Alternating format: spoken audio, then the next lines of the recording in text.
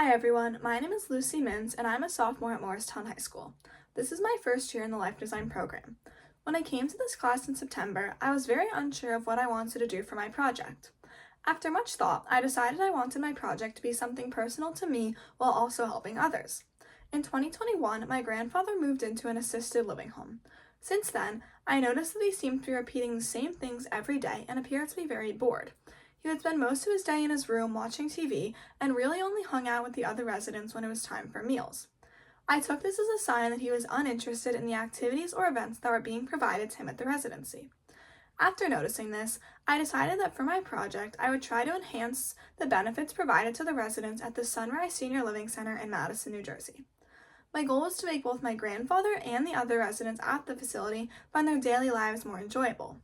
My plan was to observe the facility, conduct surveys, analyze data, and brainstorm some ideas for activities which I would then attempt to implement into the schedule at the facility. My goal was to make the activities provided more personal and special to the residents, stuff that they actually wanted to do. However, I almost immediately ran into an unexpected obstacle. When I reached out to the activities coordinator at my grandfather's facility, I had a very hard time connecting with him. He was very on and off with his emails and seemed uninterested in working with me. I felt like I had made no progress and it was already December. I kept trying to get in contact with him, but it was going nowhere. Since I couldn't quit the project, I had to pivot.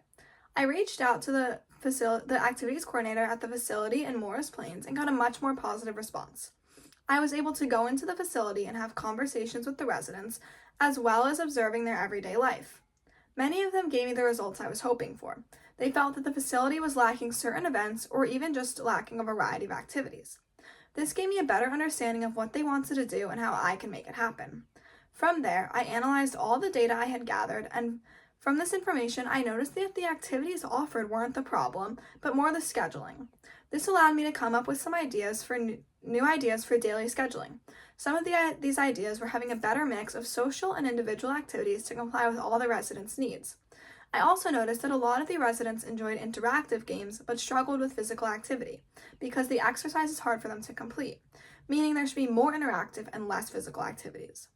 While I was glad that I was able to continue the project and help the Morris Plains residents, it had lost the aspect of it that was personal to me. I really only felt motivated to go through with the project for the sake of having something to present at certain events such as critique and exhibition night. And while yes, I technically completed everything I had set out to at the beginning of the year, it was done more to complete the assignment rather than personal fulfillment. I started to put less and less effort into my project. It started to feel like just another assignment I was required to complete for school. I realized that when I had the motivation to complete the project, it was fun and enjoyable. However, once I lost the motivation, it almost immediately turned into more schoolwork. In addition to this, since we weren't being graded based on how good our projects were or who had the best one, I stopped seeing the point in completing it with 100% effort. Through these struggles, I realized that throughout my life I had been handed a guideline or rubric to follow for each project, assignment, or task. Due to this, I had never really failed at something completely because I had always had someone or something to tell me what to do when things go wrong. I had never been placed on my own and left to make a decision completely by myself. Through this class and project, I started to understand more about myself and how easily I tend to give up if I'm hit with an obstacle that I do not know how to overcome or if I don't see the purpose of it at the moment. I immediately feel discouraged and lose my motivation. Additionally, most of my life I had always been the type of student to strive for a perfect grade on every assignment. I had built myself around the idea that anything below an A was a failing grade. Because of this thought process, the second my project started going in a direction I didn't like, I felt as though I was failing. Not only did I see this occur in my project, but I recognized a similar pattern through my schoolwork. Prior to my sophomore year, school had never felt like such a burden. However, when I started taking harder classes, it became a struggle to maintain that same motivation I'd always had. I would put less effort into my assignments, and if I didn't understand them right away, and while I knew it was a bad thing, I didn't have the motivation to work harder. Once I realized that this was something I needed to work on through my project, I came up with new ways to hold myself accountable to my work. For example, this year I'm taking chemistry, and in this class was the first time I started seeing my test scores drop and get worse than what I was used to. I noticed that the subject did not come as easy to me as I had hoped. Because of what I learned in my project, I decided that instead of giving up, I would just have to put more effort into my work and study harder for the tests. There would be times where I would receive grades I wasn't happy with, but rather than feeling discouraged, I took it as a sign to work harder. In addition to school, I run both track and cross country at the high school, and this year I learned the mental aspect of the sport. As previously mentioned through my project, I realize how easily I give up or feel discouraged when I feel like I failed. When it comes to running as a sport, although you may score points or move on to certain meets as a team, it's very individual. When I'm running my events or completing my workouts at practice, I have to rely on myself to push through. There aren't other people helping me. As the year went on and I got deeper into my project, I started applying the lessons I learned there into the athletic aspect of my life. In doing this, I was able to see improvements in my performance. Not only were my running skills improving physically, but I stopped giving up when I received results I didn't want and took it as a sign to work harder, or took it as an opportunity to work harder. This taught me the value of persistence.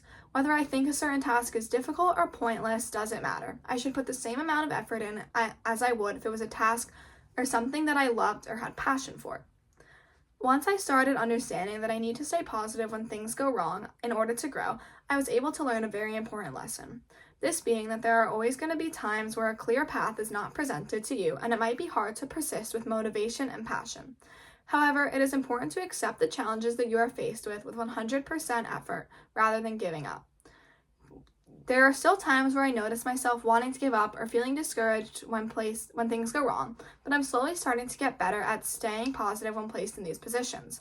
I'm extremely grateful that I was able to recognize the importance of this through the life design course. I believe that if I was not presented with this opportunity, then I would go most of my life with the negative trait of failing when times get hard. This would cause many difficulties for me as I enter the real world. Life design was able to help me shift my thinking from failure to accepting challenges and unwanted results as a way to grow myself as a person. In the future, I plan on keeping these lessons in the back of my mind and remembering them when I feel like I want to give up or become discouraged. Thank you.